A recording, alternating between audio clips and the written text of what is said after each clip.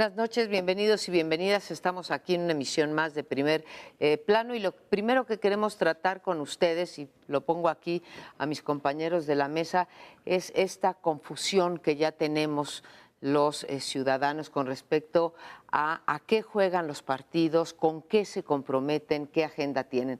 No sé, pero yo hace todavía unos años, quizá una década o década y medio, me quedaba muy claro que si votabas por el PRI o por el PAN o por el PRD, estabas votando por un programa diferenciado, aun cuando llegaran después al poder y ejercieran el poder de las mismas malas maneras en que se ejerce en este país el poder, pero sí había como unas coordenadas claras. Yo sé que hace tiempo que, digamos, nos quedan estrechas estas categorías de izquierda y derecha, pero lo que estamos viviendo hoy en día, pues a mí ya, les digo honestamente, me rebasa las alianzas, los acuerdos, etcétera, aun cuando es consustancial a la democracia el tener acuerdos y dejar tus primeras preferencias con tal de lograr que pasen ciertas cosas. No siempre sale no siempre en la democracia salen las cosas como uno quisiera que salieran, ¿no?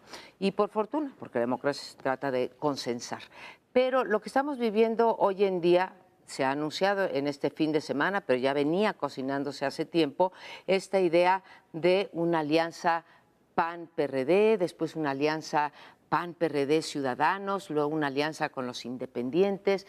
Total, no nos queda claro. Insisto, este fin de semana se habla de un frente amplio democrático en donde aparentemente del lado de las izquierdas está Miguel Ángel Mancera empujándolo, del lado de la derecha o del centro derecha, que sería el PAN, estaría Ricardo Anaya, aunque Margarita Zavala dice que sí, siempre y cuando no se pierda identidad. Lo que yo veo son como tres cosas, ¿no? Primero, uno, si van solos, pues no, nadie gana, ¿no? Estamos a niveles de 20%. Segundo, veo que hay un gran desprestigio de los partidos y de los políticos. Tercero, veo una andanada, puede estar justificada o no, pero veo dos enemigos claros de este frente. Uno es el PRI, que después de 5 años y medio de estar en el poder está muy tiroteado, y por otro lado, frenar a Andrés Manuel López Obrador. Esos son los adversarios a vencer con una alianza, pues no, yo no diría contra natura, creo que en democracia se valen, pero muy complicada de hacer. Es el tema que los puso. ¿Hay una confusión o no hay una confusión con respecto a cuáles son las alternativas para nosotros los ciudadanos hacia el 2018? Yo no veo confusión, yo ¿No? veo que ha venido efectivamente cuajando un frente en distintos estados del PRD y el PAN que han demostrado pues, no ser tan competitivos como los otros dos bloques. Cuando tú ves el Revolucionario Institucional tiene 20 y tantos %, y cuando tú ves el bloque López Obrador Morena, en los últimos años pues ha venido consolidándose como un polo para la izquierda cada vez más, digamos, sólido. Hay que recordar que, por ejemplo, Morena hace 20 años ganaba, no con las siglas de Morena, pero Ricardo Monreal fue electo hace 20 años gobernador de Zacatecas, y López Obrador hace 17, jefe de gobierno de esta ciudad. Y ese grupo está, bueno, pues que ha tenido gobiernos locales, ahora nucleando buena parte de la izquierda, y lo que ha quedado es un espacio en el centro, un PAN que gobernó 12 años este país y ha perdido mucho electorado, y un PRD que ha perdido la brújula.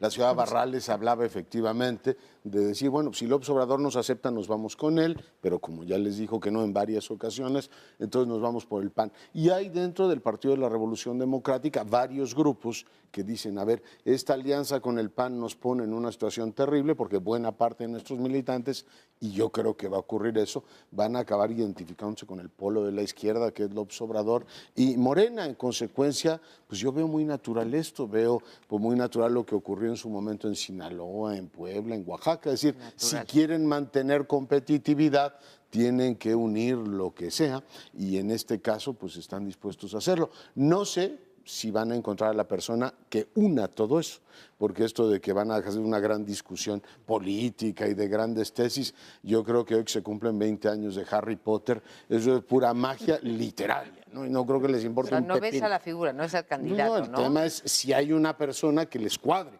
y que verdaderamente sea aceptable. Si dicen que es Margarita Zavala, pues yo no creo que los perredistas voten por la mujer de Felipe Calderón, y si es un izquierdista más cargado, tampoco creo que los panistas les encante.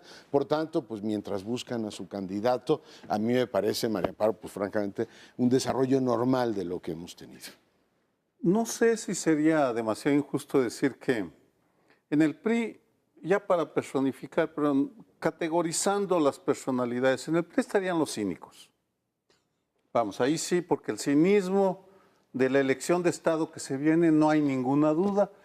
Vienen con todo, van a meter el dinero del gobierno federal, de los gobiernos de los estados. El Estado de México fue el ejemplo.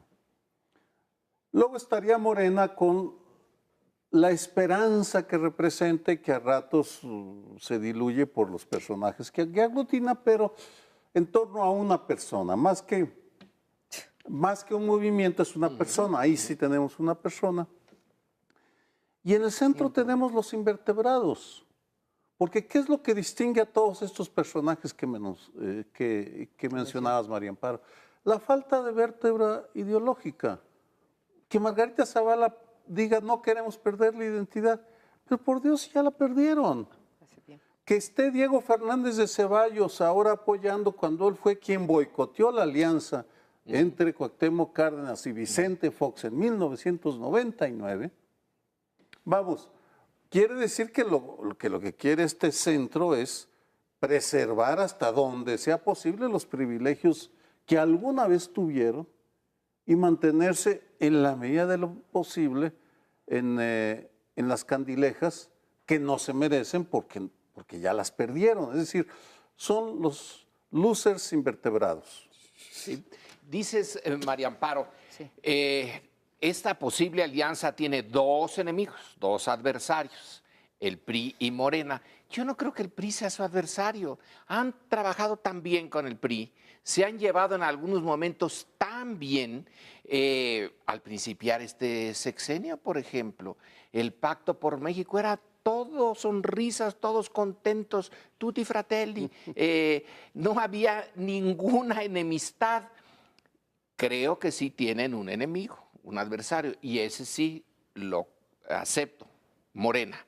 Allí los une a todos, Morena, pero resulta, lo ideal sería que todos se unieran al PRI, que PRD, PAN y PRI, lo que ya han hecho antes, en la práctica ya lo han hecho. Y han logrado sostener esta situación tan desastrosa que tenemos ahora, gracias a que sí en la práctica se unieron. En esta ocasión, ¿qué es lo que pretenden? Cierto, todos tienen a Morena como enemigo, pero al PRI no. Yo creo que ahí pueden negociar muy bien con él. Ya se acostumbraron, ya se conocen. A ver, tomo tres porque además ponen cosas muy pertinentes en la mesa cada uno de ustedes. Cuando yo decía que el electorado tiene derecho, yo misma, a estar confundido y me contesta Leonardo que es una cosa natural. Bueno, natural sí, porque hemos visto, por ejemplo, las primeras, ¿no?, que fueron muy exitosas, las primeras alianzas, Puebla, Sinaloa y Oaxaca, donde salieron victoriosos electoralmente y no fueron capaces de hacer un gobierno de coalición. Entonces te contesto natural en ese sentido. Ahora, nada más antinatural, incluso como muchas veces cita a Laswell o a otras personas, el propio Lorenzo Meyer, a nosotros nos enseñaron cuando estudiábamos que las coaliciones se hacían entre partidos que estaban más pegados en el espectro ideológico y estarían más pegados PRI y PAN que cualquier otros dos partidos. Y en ese sentido creo que hay algo de razón en lo que digo de que pues no es tan natural. Segundo, no puedo coincidir más con Lorenzo en que esa alianza anti Andrés Manuel López Obrador ya se hizo, se llamó el Pacto por México, en donde participaron todos los partidos. Ahora, no es natural, ¿por qué? Porque es o es más natural, como dice Lorenzo, la del PRI y el PAN, Leonardo diría yo, porque están más de acuerdo en su proyecto económico. Incluso están más de acuerdo en el proyecto social. Sí, las dos cosas. Creo que une más a esos partidos. El problema es que no hay una voluntad del otro lado de unirse formalmente. Lo han hecho ya realmente. Y finalmente lo que pone Sergio, sí, el centro, se perdió ese centro y está invertebrado. También cuando tú y yo estudiamos, Sergio, el centro era el PRI, ¿sí? Y después a la derecha estaba el PAN y a la izquierda estaba o el PC o el PMT o el PSUM después, o etcétera, ¿sí? Entonces tenemos en efecto hoy una derecha en la que se está convirtiendo el PRI, ¿sí? Tenemos un centro invertebrado rarísimo, PAN, PRD, y tenemos el enemigo a vencer. Yo ahí sí plantearía, ¿por qué no ya fuera máscaras y hacemos una Andrés Manuel López Obrador versus aquellos que quieren preservar la parte del sistema que quieren preservar, que va desde las reformas estructurales pasando por muchas otras cosas. Perdón, es sistema antisistema en ese caso. Aquí una acotación breve, pero que va al fondo. Aquí estamos suponiendo como si las elecciones significaran una alteración en la forma como se ejerce el poder. ¿Y no? No necesariamente, vamos. Andrés Manuel es el que representa tal vez una mayor alteración, pero vamos a ver. Estamos ante una cúpula que está invertebrada, salvo en la defensa de sus privilegios. Y sí se aliaron, pero si tú ves el ejercicio del gobierno de Gabino Cue, vamos a tomarlo como ejemplo, representó el saqueo sistemático realizado por los de antes y los nuevos, simplemente. De acuerdo. En consecuencia, también debemos incorporar que además de esa lucha electoral que se da con alianzas aquí y allá, hay otro tipo de luchas que se están dando que sí tienen que ver con una reconfiguración de la manera como se disputa y ejerce el poder. Ejerce el poder. Yo creo que ha habido a lo largo de la historia un montón de evidencias, desde Durango hasta las últimas de Veracruz y Nayarit, donde perredistas y panistas encuentran que hay una sintonía para darle competitividad al sistema. El asunto no es solamente que tengan, tengan nada más coincidencias en lo económico, porque ahí tendrías un montón de coincidencias con el PAN, pero el lado ideario de Morena es perfectamente compatible con el nacionalismo revolucionario, y vamos a ver como una buena parte de los priistas que hoy jalan, efectivamente, hacia el lado izquierdo preferirán a López Obrador antes que votar por un candidato del PAN. O sea, yo creo que hay ahí en el PRI esta, digamos, indefinición ideológica, permite que un segmento que sufraga por el PRI pueda pasar más a la derecha o pueda comulgar más con la izquierda. Lo que tiene que ver con las alianzas, pues es una cosa bastante más complicada, porque desde el punto de vista práctico, el PRI en el Estado de México en 2 ocasiones absolutamente, en secuencia consecutivas, ha bloqueado la posibilidad de una alianza opositora. Es decir, la idea de que PRD y PAN le metan competitividad a ciertos estados, al PRI le sigue resultando absolutamente tóxica. Claro. Rápidamente, lo lógico sería que todos se unieran contra Morena y Morena se lanzara a romper ese frente. Sería lo lógico, además sería lo más barato para todos nosotros.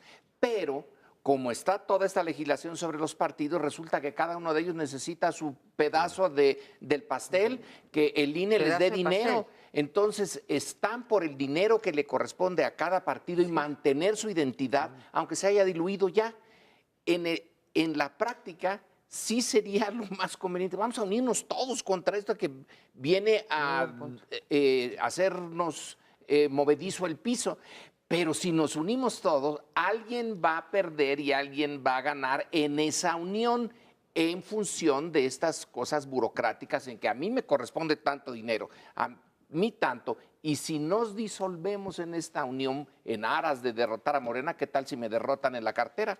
Así es, y los derrotarían porque así están, como bien dices, las leyes electorales, entonces tienen que jugar cada uno para no perder. Y en términos, yo creo que lo más importante es lo que dijiste, Sergio, es el ejercicio del poder.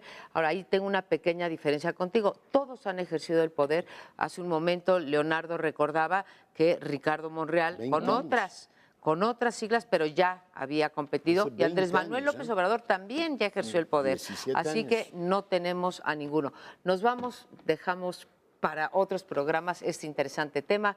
Espérenos un momentito, regresamos. Pues bien, aquellos que tienen la edad suficiente se recordarán de un programa que se llamaba Un Mundo Nos Vigila. Parecía broma, pero bueno, sí, un mundo nos vigila ahora y es un Pegaso, el símbolo de este sistema de espionaje que si funcionara, eso lo pongo aquí a consideración de mis colegas, probablemente ya no habría crimen organizado, porque se supone que esto se mete hasta lo más recóndito y con unos buenos sistemas de inteligencia, Pegaso podría desarticular todos los sistemas que los crímenes, los grupos criminales tienen. Pero resulta que a pesar de que cuesta, algunos nos dicen 80 millones de dólares, otros nos dicen, pues quién sabe, pueden ser menos, pero segurísimo cuesta 60,000 pesos espiar cada teléfono. 60,000 dólares. 60,000 dólares, sí, pesos. Bueno, a unos pesos serían dólares. Y es carísimo.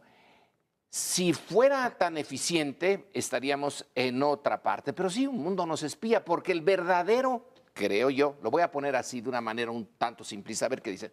El verdadero adversario del sistema no es el crimen organizado, que no quiere tomar el poder, salvo probablemente a nivel municipal. Pero no quieren la presidencia, no, eso no lo quieren.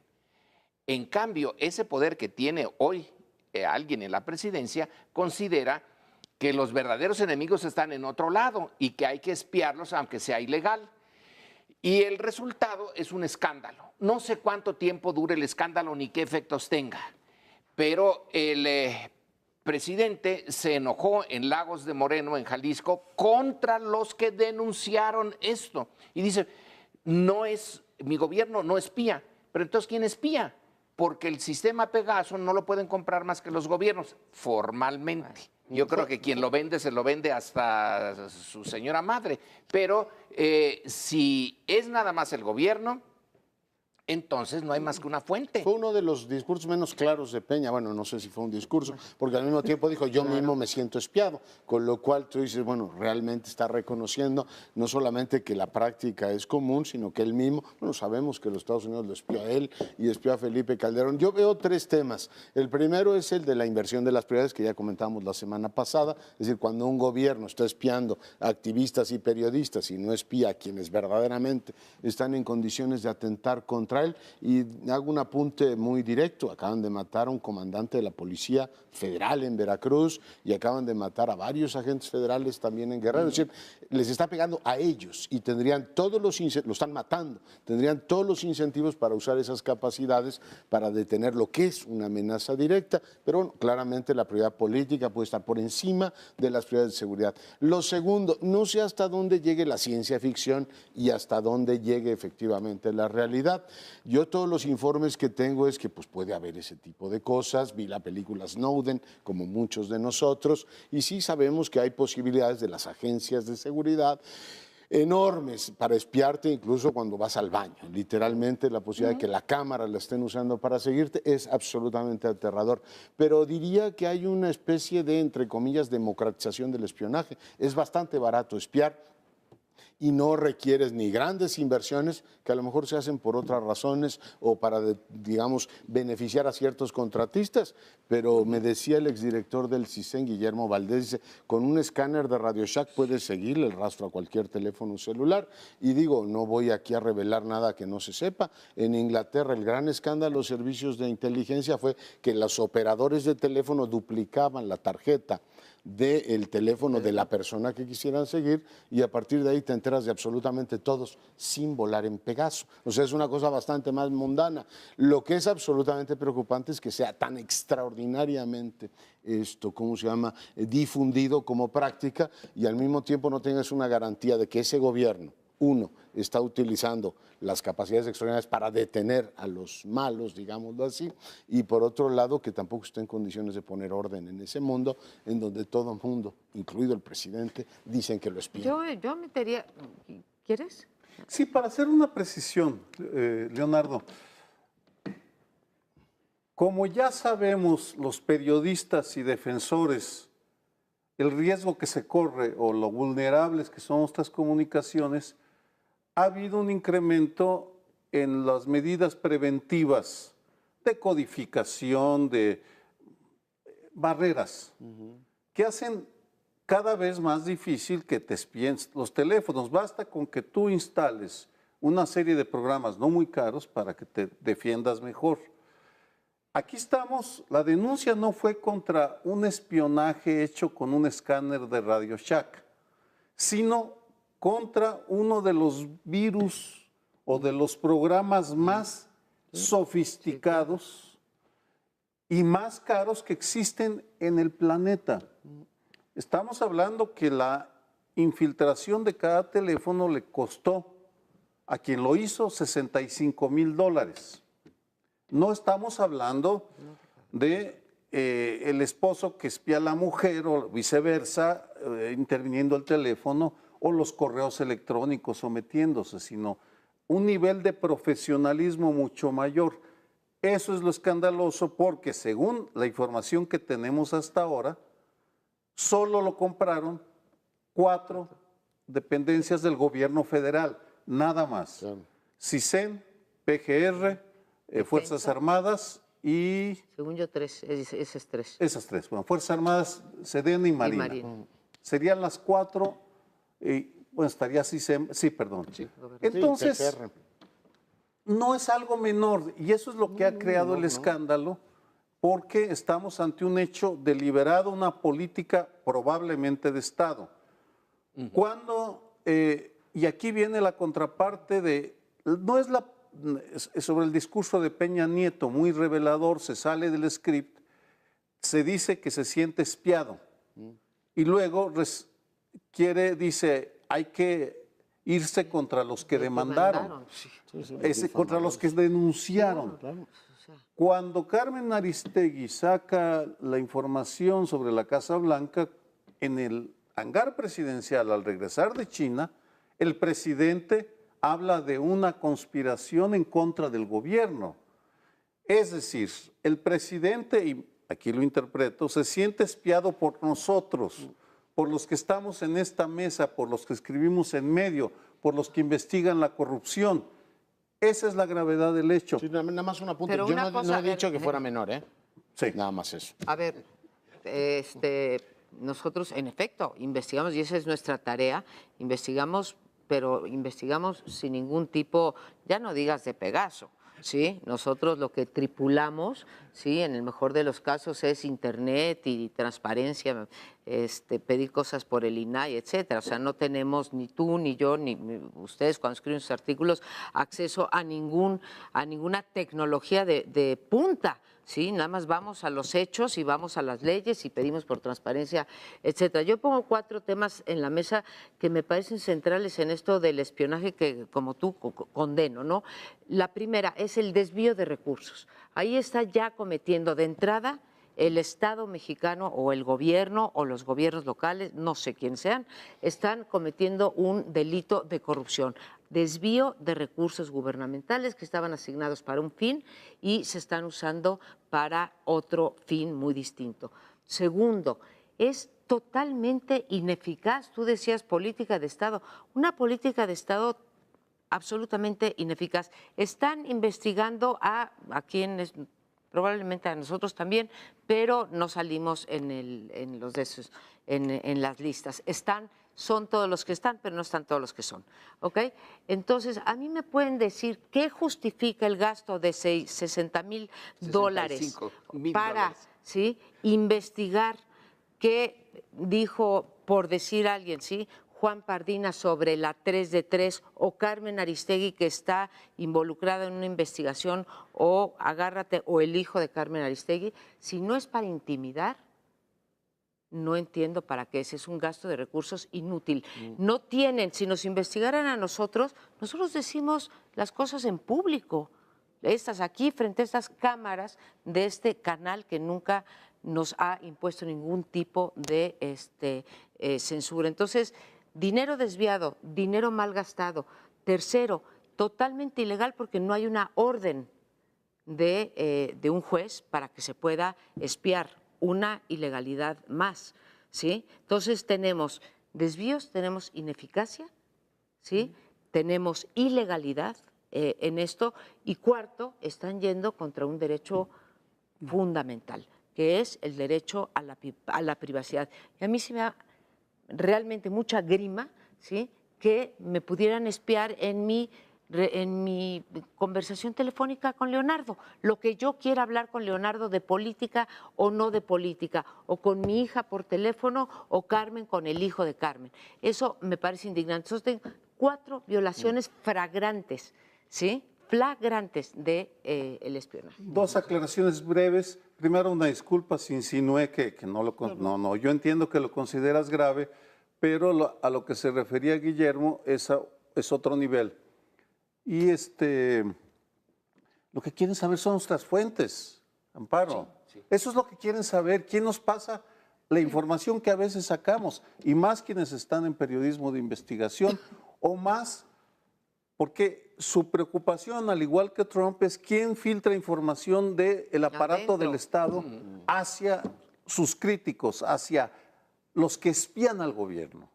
Pero eso lo hacemos en el parque, Sergio. Pero el tema, no lo hacemos en el de teléfono. Pegasus, a ver si entiendo bien. Una cosa es que sea masivo el espionaje, que yo creo que es muy grave, y la otra es que supuestamente a través de Pegasus ya no se enteran de lo que tú me dices a mí o de lo que hablas con Fernanda, sino en el momento que estás durmiendo, o en el momento que estás en el baño, o en el momento que estás en cualquier situación. No, es que lo que hace más escandaloso es eso. Yo digo, los dos temas son muy delicados. Uno, que sea masivo el espionaje y que incluso lo minimicemos, digamos, bueno, lo que hacen en Radio Shack es cosa de todos los días. No, a mí eso me parece muy peligroso. Lo que se supone que te abre Pegasus es la posibilidad de decir, oye, estás tomando un café con alguien, no tienes activo el teléfono y que de todas maneras lo estén oyendo. Es espeluznante. Es espeluznante. Ya se nos acabó el tiempo, pero hay otro tema dentro de este. Y es que el presidente le ordena a la PGR que investigue. Eso es ya ganas de tomarnos el pelo. Porque ¿cómo se va a investigar a sí misma? Ya vimos lo que hizo Virgilio Andrade, ¿no?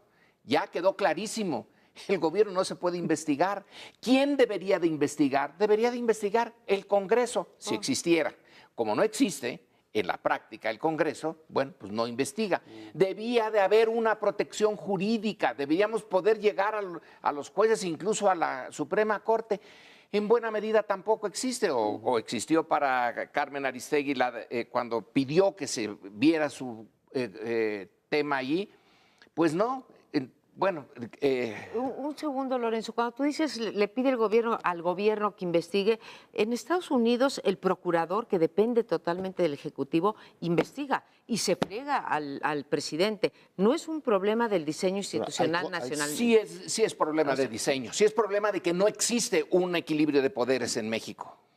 Y nos tenemos que ir porque si no nos cortan. En estos momentos los comités del Congreso están investigando al del FBI y al propio presidente en eso. O sea, la división de poderes ahí se opera. Y en Estados Unidos también, el espionaje puede ser considerado como traición.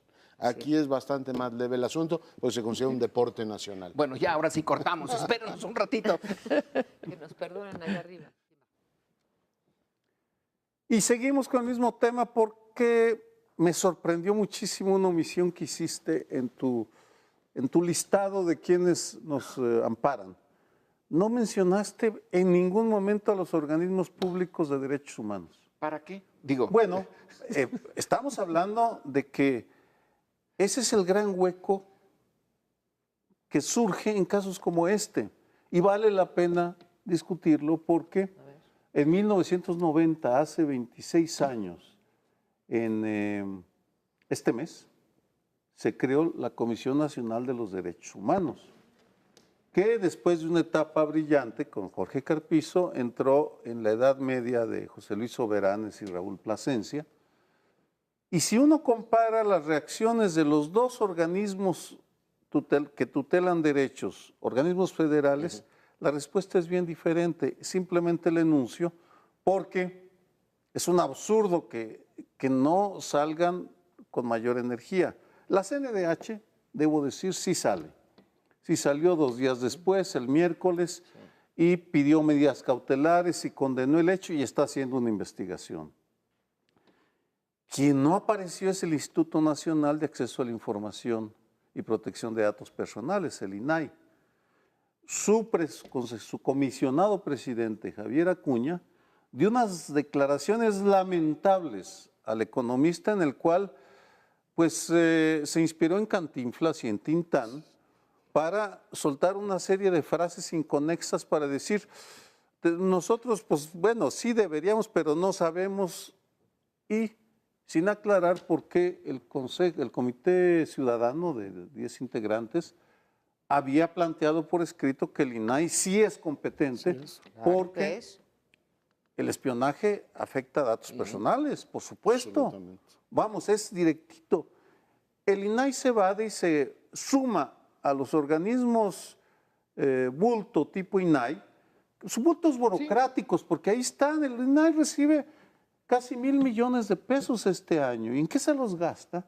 Si no tiene la energía para salir, actuar por oficio en un caso tan grave como el del posible espionaje a 700, porque ese es el número que se maneja, 700 periodistas y defensores de derechos humanos.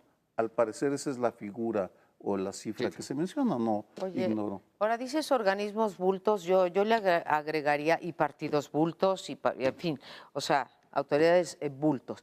En efecto, el INAI está encargado y se peleó por ello y además se le dio más presupuesto también cuando no solamente fue de acceso a la información, sino de protección de datos personales. Pero tampoco hemos visto a los partidos hacer un gran escándalo sobre esto que debería de estar en su agenda anticorrupción, en su agenda pro transparencia, en su agenda pro rendición de cuentas, que hasta donde yo sé es para lo que están los organismos bultos que tú dices y los partidos bultos que digo yo. Aquí hay una violación sistemática del derecho a la privacidad, en donde no hay solamente las organizaciones de la sociedad civil que yo vea y los periodistas que están organizando una serie de eventos para que esto se trate de una manera mínimamente institucional. Y luego nos dicen que exageramos. No estamos exagerando, ¿sí? Sí se está invadiendo la privacidad, y cuando digo la privacidad digo la personal, que me importa sobremanera, pero también la privacidad, pero es que hay otra privacidad, creo yo, salvo tu mejor opinión, que es la privacidad profesional. Ahí también hay una privacidad. Lo que yo preparo, lo que yo voy investigando, hasta que no ve la luz, desde mi punto de vista, es mío. Tengo propiedad intelectual sobre ello y no tienen derecho a espiarme, ya sea para pescar a mis fuentes, a mis gargantas profundas, ya sea para fusilarme las ideas, ya sea para intimidarme y que no salga esa información.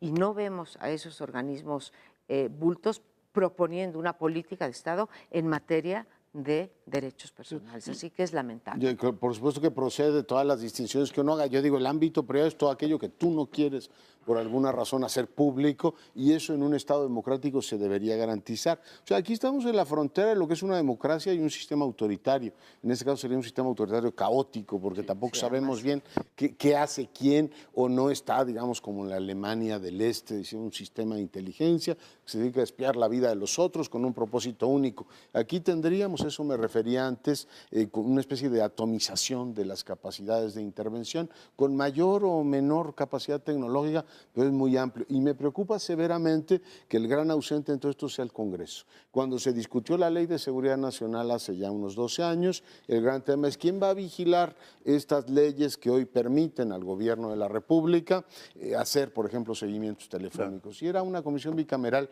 que ni chicha ni limonada, no pinta absolutamente nada, no tiene continuidad, cada año cambia su presidente y es, déjenme decirlo así, perfectamente grillable. Tampoco tenemos certeza de qué jueces van autorizando todo eso. Y yo lo que veo en todo esto, por supuesto el escándalo, ahora te permite, si las cosas avanzan bien, edificar una política mucho más saludable, que a mi juicio debería contener tres cosas, al margen de la investigación, que esperaríamos que se concluyera con una autoridad independiente, una regulación muy severa a las telefónicas, es decir, a ver señores, usted no puede, aunque te lo pida fulano, sutano, perengano, duplicar la tarjeta, a lo mejor no es Pegasus, pero sigue siendo para mí un asunto de espionaje. A los que manejan los grandes, eso en Estados Unidos es parte del debate, los grandes datos o correos electrónicos, servidores, es decir, ¿por qué tengo yo que hacer público qué fuentes consulta Lorenzo Meyer o todo eso? O sea, deberíamos ser mucho más serios con eso. Y finalmente, tener el papel que, bueno, pues en el Congreso de los Estados Unidos, en cualquier democracia, tiene efectivamente el control de qué hace el Estado. Es decir, deberíamos saber con toda precisión cuál es el catálogo de personas que está interviniendo telefónicamente el Estado ahora.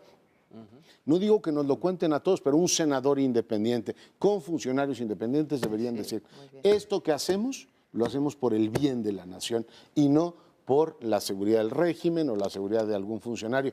¿Quién puede decir en esta mesa que los gobiernos de los estados no hacen eso? Que el gobierno de la ciudad no tiene un aparato de espionaje, que el Estado de México no tiene un aparato de espionaje. Esto es un desmadre, así, dicho en forma absolutamente castiza. Bueno, es un desmadre. Me da un poco de envidia, Leonardo, cuando dice, estamos en la frontera entre democracia y autoritarismo. Yo creo que ya la pasamos esa frontera, ya estamos metidos en un autoritarismo caótico. Eso sí, eso está muy bien. Ahora, ¿quién nos defiende? ¿Quién es el no bulto? El Citizen Lab de Toronto. Afortunadamente existen organizaciones internacionales de defensa de los derechos humanos que sí funcionan y esa organización detectó la infección y luego el New York Times. Es una vergüenza, pero nuestro Congreso no sirve para maldita la cosa en esto, pero el New York Times, sí, yo sí lo defiendo. Y que haga el escándalo mundial. Y entonces ya viene en el último número de The Economist referencia a Citizen Lab, al New York Times, y eso es lo que el gobierno actual teme. A eso le teme, no a lo que nosotros estamos diciendo aquí, que le tiene más o menos sin cuidado, porque no tiene mayores repercusiones, porque no tenemos Congreso, porque no tenemos un marco jurídico que sirva. Entonces el mundo externo, que durante la Guerra Fría fue una verdadera vergüenza en la defensa de los derechos humanos, ahora que no hay Guerra Fría, ahora sí nos defiende, no son bultos.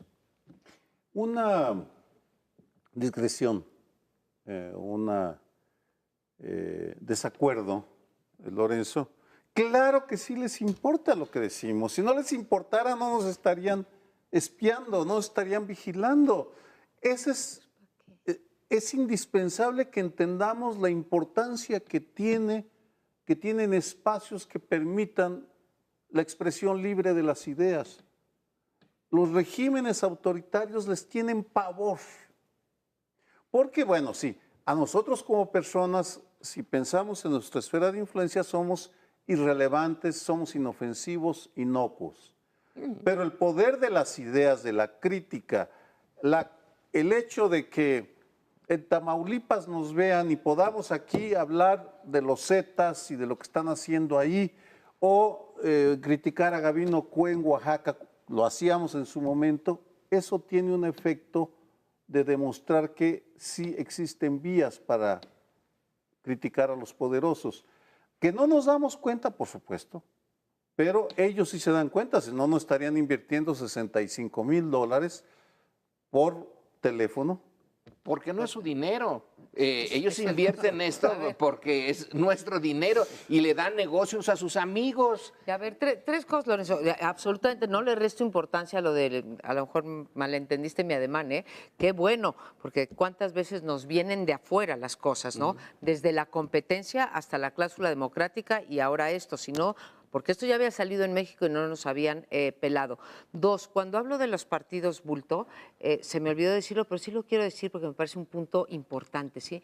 Están los partidos en el Congreso vueltos locos queriendo modular cómo va a ser la 3 de 3, que porque es la invasión a datos personales, pero no dicen nada de que nos investigan, ¿sí? Entonces, a mí que me expliquen, ¿sí? No quieren que el Comité de Participación Ciudadana diga qué va a ser lo que es datos personales y qué no, porque son muy celosos de la privacidad de lo que ellos hacen, pero no son nada celosos de la nuestra. Y te dejo los últimos 30 segundos. No, yo estoy totalmente de acuerdo, te lo cedo.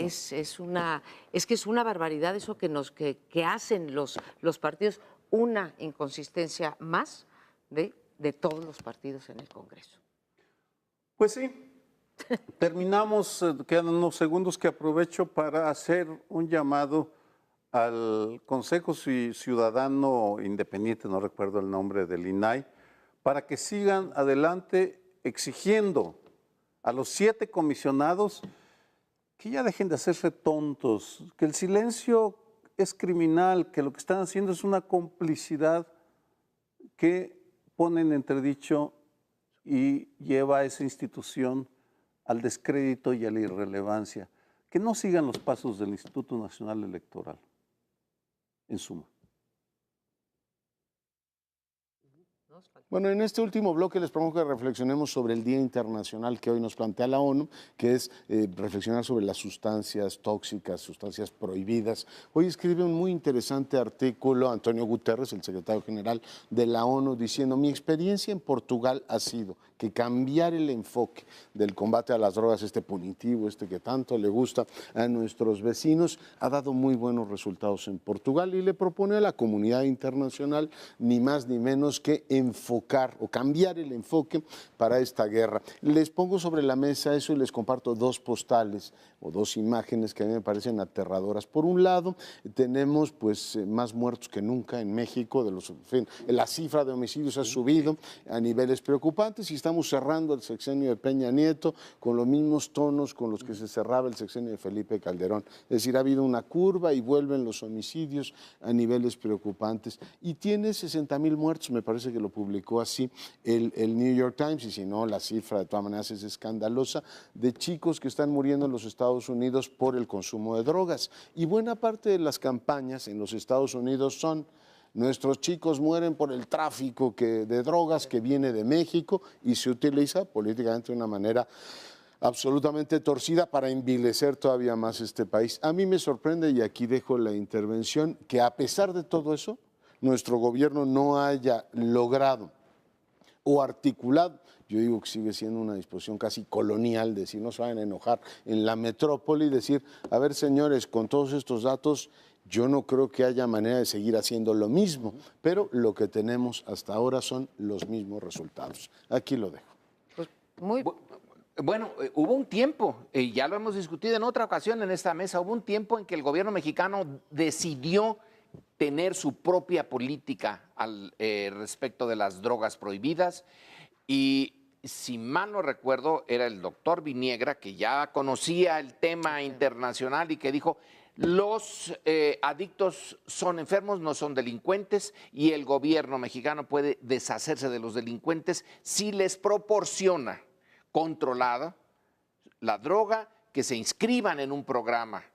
Y además puede ser que haya gente que son insalvables, no van a dejar la droga. Bueno, vamos a proporcionársela a nosotros con cuidado, y quitamos a los intermediarios internacionales. Duró un abrir y cerrar de ojos por la presión norteamericana, y nunca más el gobierno mexicano ha vuelto a tener una política digna de esta que inició el general Cárdenas. Sí pudimos, pero lo dejamos. Yo creo que lo que planteas muy precisamente, añadiría una cosa, cuando tú dices, y pues no, porque pareciera que le tenemos miedo al imperio. Ahora, no hemos sido ni siquiera capaces de aprovechar que parte del imperio, o sea, ¿cuántos estados ya? Tú lo debes de saber, veintitantos, ya liberalizaron en buena medida el mercado de drogas, controlado, como dice Lorenzo, pero pues ya es legal en algunos para cuestiones médicas nada más, pero en muchos otros para cuestiones recreativas. Así que creo, Leonardo, que ya ni siquiera tenemos esa excusa de que le tenemos pánico al imperio, aunque es cierto que a nivel federal el gobierno de los Estados Unidos pues no ha dicho, pero ya que ahí sí funciona el federalismo, veintitantos estados están en eso. Así que nos vamos a tener que ir buscando otra excusa porque el paso que se dio en el Congreso fue un paso pues muy tímido, ¿no? Pocos gramos para algunas cosas, básicamente medicinales, y este fuerte movimiento que ha habido, digamos, en favor de cambiar por algún ángulo. Esto no va a resolver todo el narcotráfico, ni va a resolver la violencia, ni nada, pero algo, un granito de arena pondrá. Fuimos realmente tímidos en esa propuesta. Tocaste o seleccionaste o propusiste, Leonardo, un tema fundamental, y porque en efecto el seguir la estrategia impuesta por Washington no nos está funcionando. Ahí se sintetiza. A ellos sí les funcionó las leyes RICO de fragmentar los carteles y detener a los capos, sí les funcionó. A nosotros no nos ha funcionado por muchas razones. Y sintetizo con un personaje que mencionaste, Guillermo Valdés. Él escribió un libro y dio una serie de entrevistas. Él fue director del CISEN en el gobierno de Felipe Calderón. Y luego reconoció que, de hecho, el gran arquitecto de la estrategia de Calderón fue él, en el gabinete de seguridad, el que pensaba. Y en su libro aparece con toda claridad que, en efecto, no tenían estrategia cuando empezó. Tenían la decisión de enfrentar el problema y luego llegó la información y empezaron a armar una estrategia. Guillermo la defiende, dice que era lo que se podía hacer en el momento, no lo voy a discutir.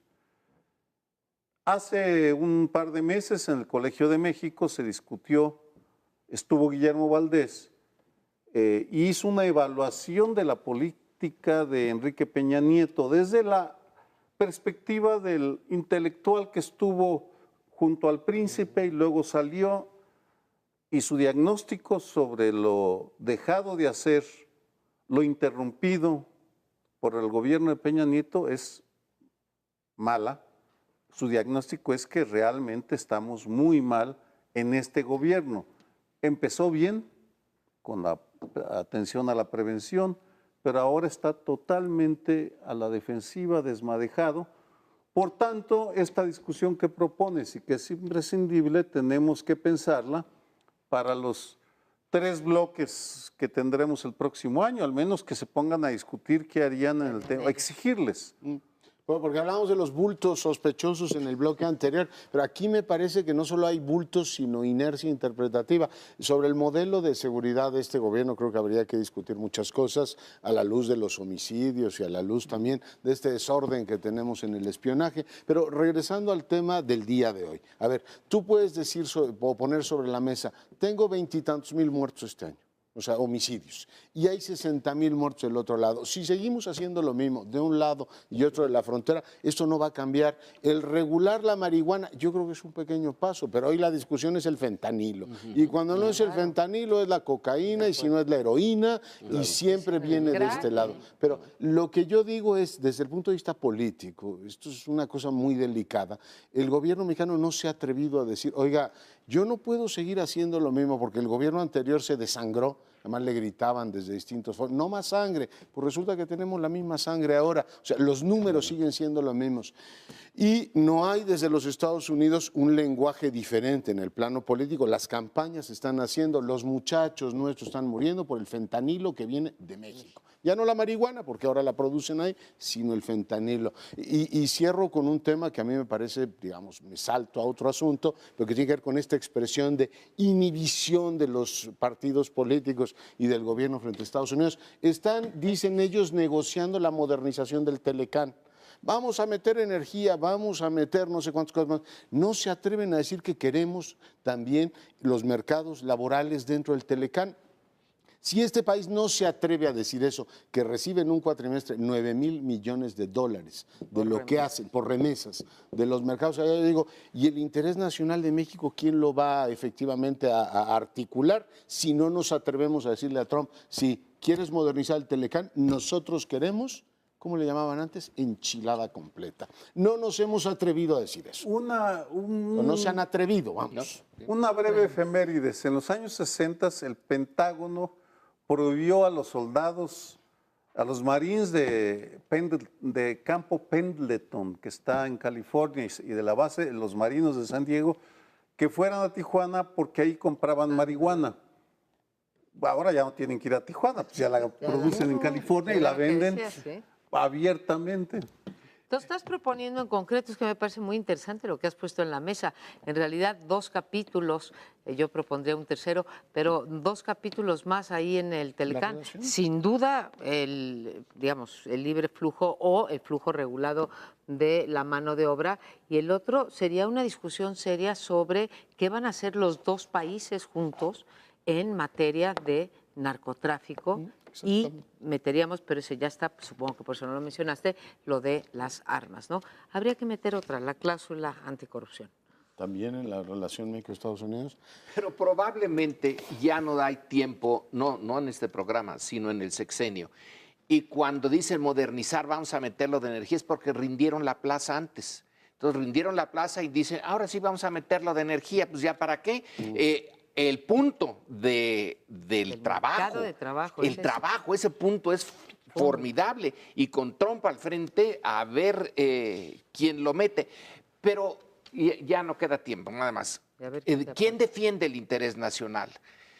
¿Quién lo define? Déjate de defenderlo, primero definirlo. No hay una definición adecuada de interés nacional y menos al final de un sexenio. Pero aquí habría por lo menos 2 temas. Uno, no podemos seguir con este modelo de combate a las drogas por las consecuencias que tiene de un lado y otro. Y la otra, es interés de este país defender a sus connacionales en los Estados Unidos y defender una idea de que la economía integrada pasa también por reconocer al trabajo como un factor.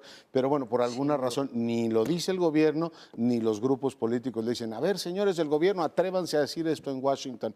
Pero lo que me dicen es que nos tenemos que ir. Muchas gracias por haber visto el primer plano. Nos vemos aquí el próximo lunes.